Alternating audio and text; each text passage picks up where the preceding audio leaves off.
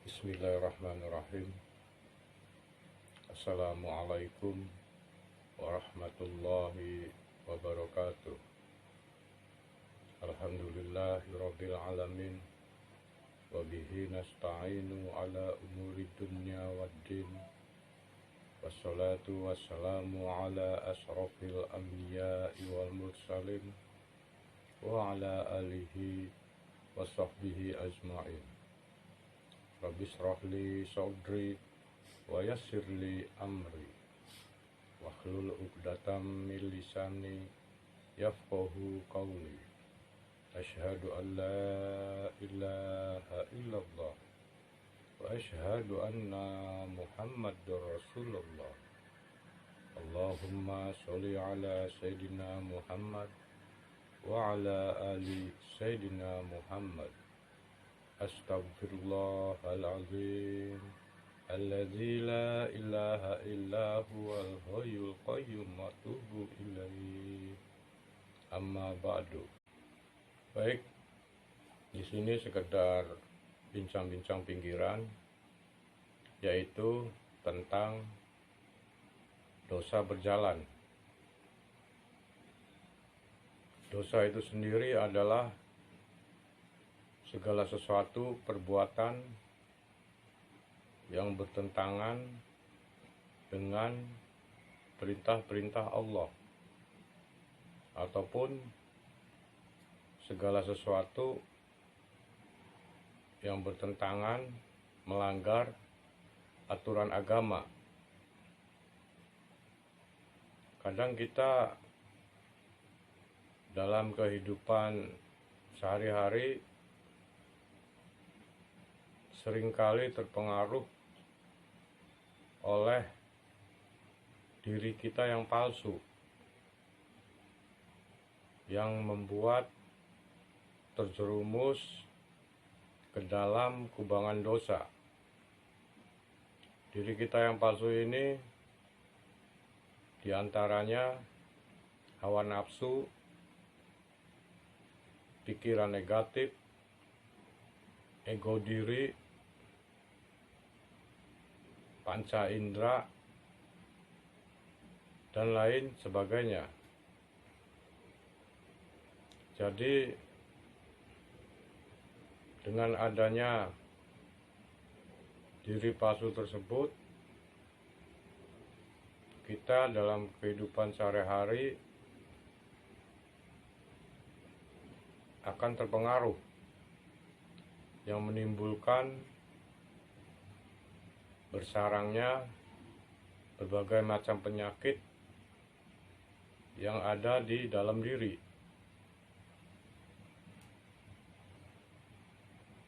Allah Subhanahu wa ta'ala berfirman, dalam hati mereka ada penyakit, lalu Allah menambah penyakit itu,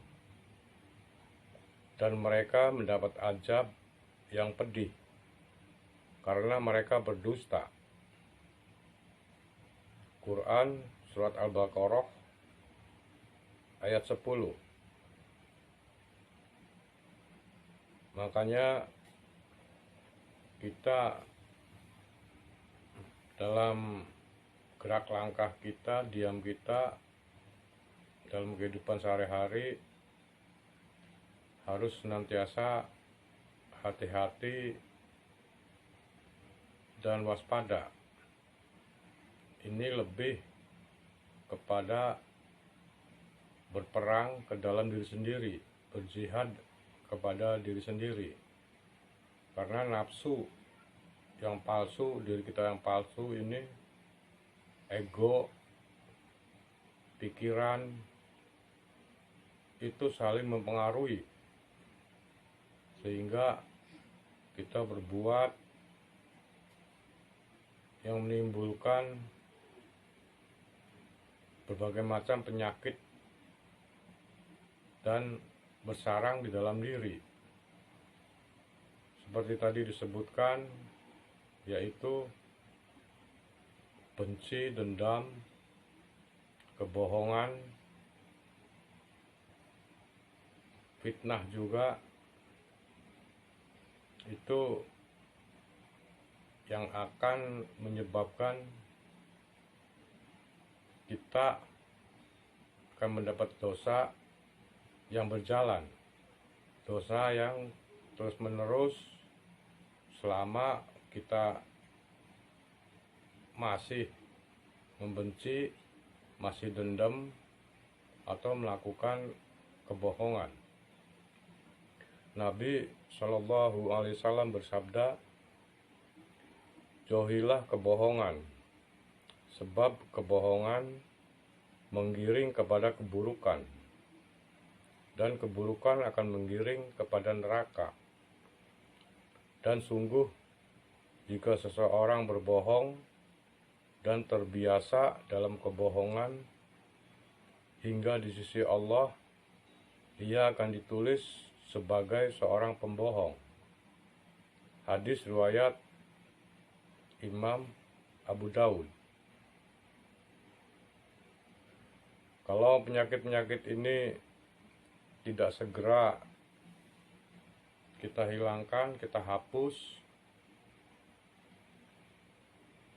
dengan memohon maaf ataupun kita memaafkan serta memohon ampunan kepada Allah, maka selama kita merasa benci, merasa dendam, dan melakukan kebohongan, itu dosanya terus akan mengalir, akan berjalan.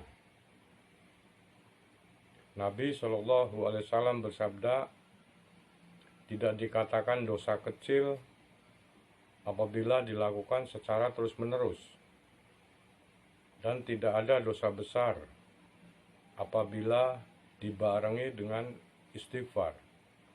Hadis riwayat Imam Al-Dailami. Hadis ini mengatakan, walaupun awalnya dosanya kecil, misalnya benci atau dendam ataupun kebohongan, itu lama-lama akan menjadi dosa besar. Tetapi kalau diiringi dengan istighfar, memohon ampunan, itu akan terhapus, terhilangkan. Terutama kita memaafkan serta memohon maaf terhadap orang tersebut. Kemudian kita mohon ampun kepada Allah.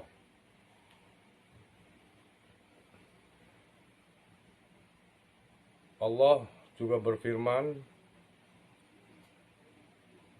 dalam hati mereka ada penyakit. Lalu Allah menambah penyakit itu dan mereka mendapat azab yang pedih karena berdusta. Quran Surat Al-Baqarah ayat 10. Karena penyakit hati, yaitu benci, dendam, berbohong, itu ngeri. Dosanya itu hitungan detik, menit, jam, hari, minggu, bulan, tahun, bahkan puluhan tahun. Selama kita masih membenci, selama kita masih berbohong, selama kita masih dendam, itu dosanya itu dihitung terus, tiap detik, tiap menit, jam, lama-lama menumpuk menjadi dosa besar. Yang tadinya dianggap itu dosa kecil akan menumpuk terus. Jadi harus segera memohon ampun kepada Allah, meminta maaf, juga memaafkan. Dikhawatirkan akan menjadi dosa jariah. Kita tidak tahu tentang ajal, tentang kematian, tentang maut, kapanpun, dimanapun, dalam keadaan apapun bisa terjadi. Dan saat terjadi kita belum sempat menghapus, menghilangkan penyakit-penyakit hati tersebut, yaitu benci, dendam, kebohongan, dan lain sebagainya. Jadi kalau sudah meninggal di alam kubur, maka dosa itu akan menjadi dosa jariah yang terus-menerus mengalir. Kalau kita tidak cepat segera menghilangkan dosa tersebut dengan memohon ampunan kepada Allah. Astagfirullahaladzim alladzi la ilaha illa huwal hayyul qayyum wa atubu ilaihi. Yang artinya, aku mohon ampun kepada Allah yang Maha Agung, yang tiada Tuhan selain Dia, yang Maha Hidup lagi Maha berdiri sendiri, dan aku bertobat kepadanya. Dan kelak kita kalau tidak segera memaafkan atau mohon maaf serta mohon ampunan kepada Allah, itu sungguh-sungguh sangat menyesal sekali saat kita berada di alam kubur. Dan penyesalan itu sudah terlambat, sudah tidak ada gunanya. Dosa itu akan terus mengalir. Yang awalnya kita anggap enteng, kita anggap dosa ringan, lama-lama akan menumpuk menjadi dosa besar. Jadi dosa-dosa atau pahala itu juga selama di alam barzah atau alam kubur akan tetap terus mengalir. Allah Subhanahu wa Ta'ala berfirman, tiap-tiap jiwa, ulangi, tiap-tiap yang berjiwa akan merasakan mati. Dan sesungguhnya pada hari kiamat sajalah disempurnakan pahalamu. Quran surat Ali Imran ayat 185. Di sini Allah menyampaikan di dalam Al-Quran bahwa pahala akan disempurnakan pada hari kiamat. Jadi selama di alam barzah, pahala juga terus mengalir. Begitu pula dosa. Dalam ayat lain, Allah Subhanahu wa Ta'ala berfirman, dan sesungguhnya mereka akan memikul beban dosa mereka, dan beban,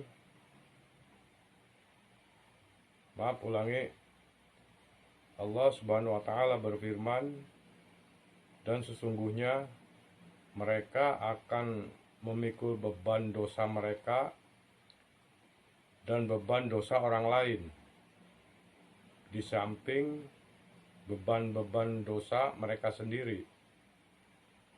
Dan sesungguhnya mereka akan ditanya pada hari kiamat tentang apa yang selalu mereka ada-adakan. Quran surat Al-Ankabut ayat 13.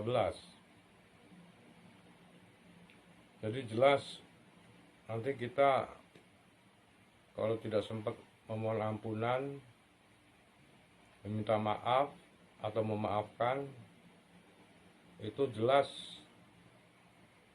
akan dosanya akan mengalir terus menjadi dosa jariah.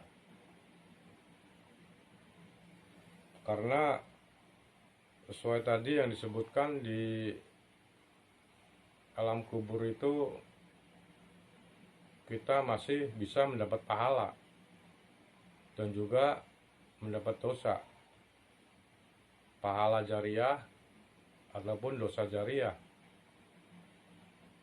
Nabi Shallallahu Alaihi Wasallam bersabda, jika manusia mati akan terputuslah amalnya kecuali 3 perkara, yaitu sedekah jariah, ilmu yang bermanfaat, anak yang saleh yang selalu mendoakan orang tuanya. Hadis riwayat Muslim nomor 1631. Makanya selama kita di dunia, sebisa mungkin untuk mencari kebaikan-kebaikan yang bersifat jariah dan menjauhkan dosa-dosa jariah. Suatu pesan tentang dosa yang berjalan atau yang menimbulkan penyakit-penyakit hati, benci, dendam, bohong. Allah Subhanahu wa Ta'ala berfirman, sesungguhnya orang-orang mukmin adalah bersaudara. Karena itu, damaikanlah antara kedua saudaramu dan bertakwalah kepada Allah supaya kamu mendapat rahmat. Quran surat Al-Hujurat ayat 10. Demikian penjelasan singkat tentang dosa yang berjalan. Karena jangan dianggap sepele, mumpung kita masih hidup. Jangan gengsi, jangan ego diri. Segera memohon maaf ataupun kita memaafkan, serta memohon ampunan kepada Allah Subhanahu wa Ta'ala. Karena kelak nanti kita akan menyesal yang sangat luar biasa di alam kubur setelah kita mati. Terima kasih apabila banyak kekurangan atau kalimat-kalimat penyampaiannya yang tidak berkenan di hati. Mohon maaf lahir dan batin. Assalamualaikum warahmatullahi wabarakatuh.